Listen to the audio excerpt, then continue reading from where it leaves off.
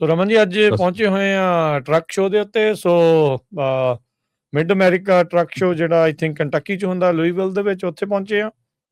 ਬਿਲਕੁਲ ਅੱਜ just Gat Lucky ਕਿ ਅੱਜ ਮਿਡ ਅਮਰੀਕਾ ਦੇ ਵਾਕਿੰਗ ਕੀਤਾ ਸੀ। ਤੇ ਪਹਿਲਾ ਸਾਡਾ ਜਿਹੜਾ ਟੀਚਾ ਹੁੰਦਾ ਜਾਂ ਨਿਸ਼ਾਨਾ ਹੁੰਦਾ ਉਹ FMCSA ਹੁੰਦਾ, ਉਹਨਾਂ ਦਾ ਬੂਥ ਹੁੰਦਾ।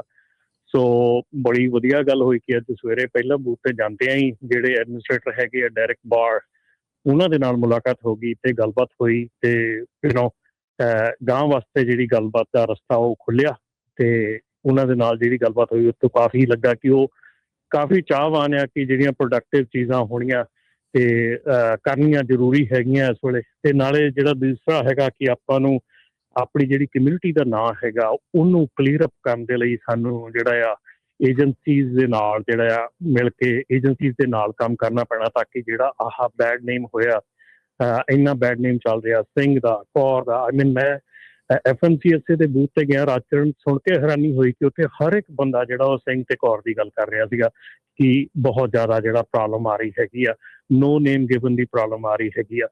ਸੋ ਇੰਨੇ ਜ਼ਿਆਦਾ ਇਸ਼ੂਜ਼ ਜਿਹੜੇ ਇੱਕਦਮ ਉੱਥੇ ਸੁਣੇ ਤੇ ਆਹ ਜਿਹੜੀ ਮੁਲਾਕਾਤ ਹੋਈ ਆ, ਇਹ ਜਿਹੜੀ ਆ ਗਾਂਹ ਕੋਸ਼ਿਸ਼ ਹੁਣ ਇਹੋ ਹੀ ਰਹੂਗੀ ਕਿ ਇਹ ਮੁਲਾਕਾਤ ਜਿਹੜੀ ਆ ਇਹ ਗਾਂਹ ਹੋਰ ਅੱਗੇ ਵਧੇ। ਜਿੱਦਾਂ ਹੁਣ ਤੁਸੀਂ ਇਹ ਕਹਿ ਰਹੇ ਹੋ ਵੀ ਉੱਥੇ ਚਰਚਾ ਕਾਫੀ ਜ਼ਿਆਦਾ ਜਿਹੜੀ ਇਸ ਚੀਜ਼ ਨੂੰ ਜਿਹੜੀ ਉਹ ਲੈ ਕੇ, ਚਲੋ ਇਹ ਇੱਕ ਆਸਪੈਕਟ ਆ ਜਿਹੜਾ ਇੰਡਸਟਰੀ ਨੂੰ ਲੈ ਕੇ। ਇੰਡਸਟਰੀ ਆਈ ਨੋ ਤੁਸੀਂ ਅਜੇ ਪਹੁੰਚੇ ਹੀ ਆ, ਕੁਛ ਚਿਰ ਹੀ ਹੋਇਆ, ਮੇ ਬੀ ਘੰਟਾ ਕੁ ਹੋਇਆ ਹੋਊਗਾ ਉੱਥੇ ਤੁਹਾਨੂੰ ਪਹੁੰਚਿਆਂ ਨੂੰ। ਸ਼ੁਰੂ ਜਿਹੜਾ ਉਹ ਹੋ ਰਿਹਾ, ਲੋਕਾਂ ਦੀ ਚਹਿਲ ਕਦਮੀ ਹੋਣੀ ਜਿਹੜੀ ਉਹ ਸ਼ੁਰੂ ਹੋਊਗੀ। ਜਿਹੜੇ ਸੀਗੇ ਡੈਰਿਕ, ਉਹਨਾਂ ਦੇ ਨਾਲ ਜਿਹੜੀ ਗੱਲਬਾਤ ਕੀਤੀ ਉਹਦੇ ਵਿੱਚ ਕੀ ਉਹ ਦਿਸ਼ਾ ਜਾਂ ਦਸ਼ਾ ਦੱਸ ਰਹੇ FMCSA ਦੀ ਵੀ ਆਉਣ ਵਾਲੇ ਸਮੇਂ ਦੇ ਵਿੱਚ ਭਵਿੱਖ 'ਚ ਉਹ ਕਿਹੜੇ ਪਾਸੇ ਨੂੰ ਇੰਡਸਟਰੀ ਨੂੰ ਕਿਸ ਤਰੀਕੇ ਨਾਲ ਲੀਡ ਕਰਨਾ ਜਿਹੜਾ ਉਹ ਚਾਹ ਰਹੇ ਨੇ? ਬਿਲਕੁਲ, ਉਹਨਾਂ ਵੱਲੋਂ ਜਿਹੜੀ ਗੱਲ ਦੱਸੀ ਗਈ ਆ ਉਹਦੇ ਵਿੱਚ ਡੈਫੀਨੇਟਲੀ ਜਿਹੜਾ ਇਹ ਹੈਗਾ ਕਿ ਜੋ ਵੀ ਲੂਪ ਹੋਲਸ ਹੈਗੇ ਆ, ਮਤਲਬ ਇਹ ਤਾਂ ਪਹਿਲਾਂ ਵੀ ਉੱਥੇ ਗੱਲ ਚੱਲ ਰਹੀ ਸੀਗੀ, ਕਾਫੀ ਜਿਹੜੇ ਲੂਪ ਹੋਲ ਹੈਗੇ ਰਜਿਸਟ੍ਰੇਸ਼ਨ ਦੇ ਵਿੱਚ, ਜਿਹੜੇ ਲੂਪ ਹੋਲਸ ਹੈਗੇ ਆ ਉਹਨਾਂ ਨੂੰ ਜਿਹੜਾ ਮੋਟਰਸ ਨਵਾਂ ਸਿਸਟਮ ਆ ਰਿਹਾ ਹੈਗਾ ਉਹਦੇ ਵਿੱਚ ਉਹਨਾਂ ਨੂੰ ਬੰਦ ਕੀਤਾ ਗਿਆ ਹੈਗਾ, ਕਲੋਜ਼ ਕੀਤਾ ਗਿਆ ਹੈਗਾ। ਇਹ ਕਲੋਜ਼ ਕਰਨ ਦੀ ਕੋਸ਼ਿਸ਼ ਕੀਤੀ ਗਈ ਆ। ਇਹ ਵੀ ਨਾਲ ਮੰਨਿਆ ਗਿਆ ਕਿ ਇਹ ਗਾਰੰਟੀ ਨਹੀਂ ਕਿ ਟੋਟਲੀ ਸਾਰਾ ਕੁਝ ਕਲੋਜ਼ ਹੋ ਜਾਊਗਾ, ਪਰ ਮੈਕਸੀਮਾਈਜ਼ ਕੀਤਾ ਗਿਆ ਕਿ ਉਹਨੂੰ ਜਿੰਨਾ ਵੱਧ ਤੋਂ ਵੱਧ ਜਿਹੜਾ ਆ ਉਹ ਬੰਦ ਕੀਤਾ ਜਾ ਸਕੇ।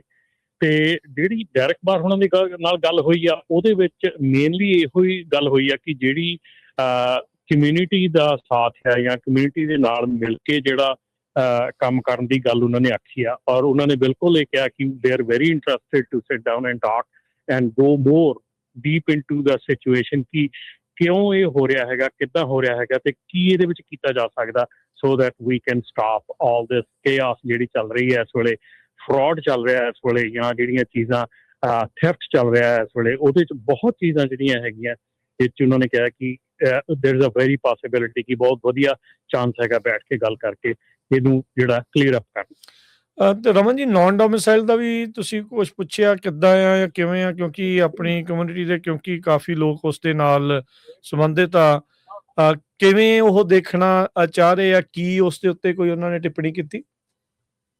ਨੌਨ ਡੋਮਿਸਾਈਲ ਜਿਹੜਾ ਹੈਗਾ DOT ਦਾ ਮੁੱਦਾ ਹੈਗਾ, FMCSA ਦਾ ਉਹ ਮੁੱਦਾ ਨਹੀਂ ਹੈਗਾ। ਇਸ ਕਰਕੇ ਮੈਂ ਉਹਨਾਂ ਦੇ ਨਾਲ ਨੌਨ ਡੋਮਿਸਾਈਲ ਬਾਰੇ ਜ਼ਿਆਦਾ ਗੱਲ ਨਹੀਂ ਕਰ ਸਕਿਆ ਕਿਉਂਕਿ ਦੈਟ ਵਾਜ਼ ਉਹਨਾਂ ਨੇ ਡਿਵਰਟ ਕੀਤਾ ਕਿ DOT ਦੇ ਨਾਲ ਗੱਲ ਕਰਨ ਦੀ ਲੋੜ ਹੈਗੀ ਆ।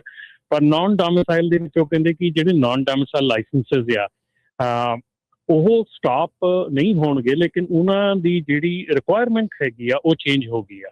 ਸੋ ਜਿਹੜੀ ਰਿਕੁਆਇਰਮੈਂਟ ਹੁਣ ਪ੍ਰੈਜ਼ੈਂਟ ਕੀਤੀ ਗਈ ਆ ਉਹਦੇ ਥੱਲੇ ਜਿਹੜੇ ਨੌਨ ਡੋਮਿਸਾਈਲ ਲਾਇਸੈਂਸ ਆ ਜਦੋਂ ਵੀ ਉਹ ਦੁਬਾਰਾ ਤੋਂ ਸ਼ੁਰੂ ਕਰਨਗੇ ਤੇ ਉਹ ਨਵੀਂ ਜਿਹੜੀ ਰਿਕੁਆਇਰਮੈਂਟ ਆ ਉਹਦੇ ਤਹਿਤ ਹੀ ਜਿਹੜੇ ਆ ਉਹ ਹੋ ਸਕਣਗੇ।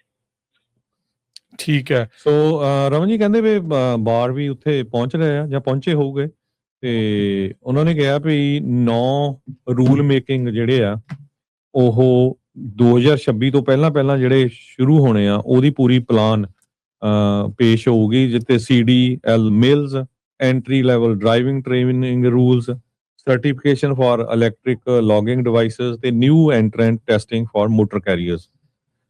ਸੋ ਬਾਹਰ ਉਹਨਾਂ ਨੇ ਕਹਿੰਦੇ ਬਾਹਰ ਉਹਨਾਂ ਦੇ ਨਾਲ ਹੀ ਗੱਲਬਾਤ ਕਰ ਹਟੇ ਆ ਰਮਨ ਹੁਣੀ। ਮੇਰੀ ਕੁਦਰਤੀ ਆਪਣੇ ਹਰਜੋਤ ਜੀ ਮੁਲਾਕਾਤ ਹੋ ਗਈ ਜਦੋਂ ਹੀ ਮੈਂ ਐਂਟਰ ਹੋਇਆ। ਅਸੀਂ FMCSA ਦੇ ਬੂਥ ਤੇ ਸੀਗੇ, ਗੱਲਬਾਤ ਕਰ ਰਹੇ ਸੀ ਉੱਥੇ ਜਿਹੜੇ ਰਿਪਰੈਜ਼ੈਂਟੇਟਿਵ ਸੀਗੇ ਤੇ ਉਦੋਂ ਹੀ ਮਿਸਟਰ ਬਾਰ ਦੀ ਐਂਟਰੀ ਹੋਈ ਉੱਥੇ, ਤੇ ਮੈਂ ਪੁੱਛ ਹੀ ਰਿਹਾ ਸੀਗਾ ਕਿ ਕਦੋਂ ਉਹਨਾਂ ਨੇ ਆਉਣਾ ਆ, ਤੇ ਕਹਿ ਰਹੇ ਸੀ ਕੱਲ ਆਉਣਾ ਆ। ਫਿਰ ਉਹ ਹੀ ਵਾਸ ਰਾਈਟ ਬਿਹਾਈਂਡ ਮੀ, ਤੇ ਉਹ ਮਤਲਬ ਕਿ ਗੁੱਡ ਕਾਜ਼ ਹੋ ਗਿਆ ਕਿ ਉੱਥੇ ਹੀ ਅਸੀਂ ਜਿਹੜੀ ਟਾਈਮ ਜਿਹੜਾ ਸਾਨੂੰ ਲੱਗਾ 5-7 ਮਿੰਟ 10 ਮਿੰਟ ਗੱਲ ਕਰਨ ਨੂੰ, ਉਹ ਉੱਥੇ ਹੀ ਮਿਲ ਗਿਆ time right way, 1-on-1। So I did met ਹਿਮ।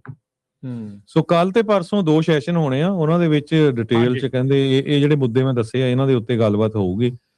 ਓਇਡਾ ਵੀ ਉੱਥੇ ਪਹੁੰਚੀ ਹੋਈ ਆ, ਸੋ ਨੈਪਟਾ ਵਾਲੇ ਵੀ ਉੱਥੇ ਪਹੁੰਚੇ ਹੋਏ ਆ, ਤੇ ਏਟੀ ਵਾਲੇ ਵੀ ਨੈਚੁਰਲੀ ਉੱਥੇ ਪਹੁੰਚੇ ਹੋਊਗੇ। ਜੀ ਓਇਡਾ ਵਾਲਿਆਂ ਨਾਲ ਵੀ ਮੁਲਾਕਾਤ ਹੋਊਗੀ ਥੋੜੀ ਦੇਰ ਚ, ਜੇ ਆਈ ਆ। ਸੋ ਡੈਫੀਨਿਟਲੀ।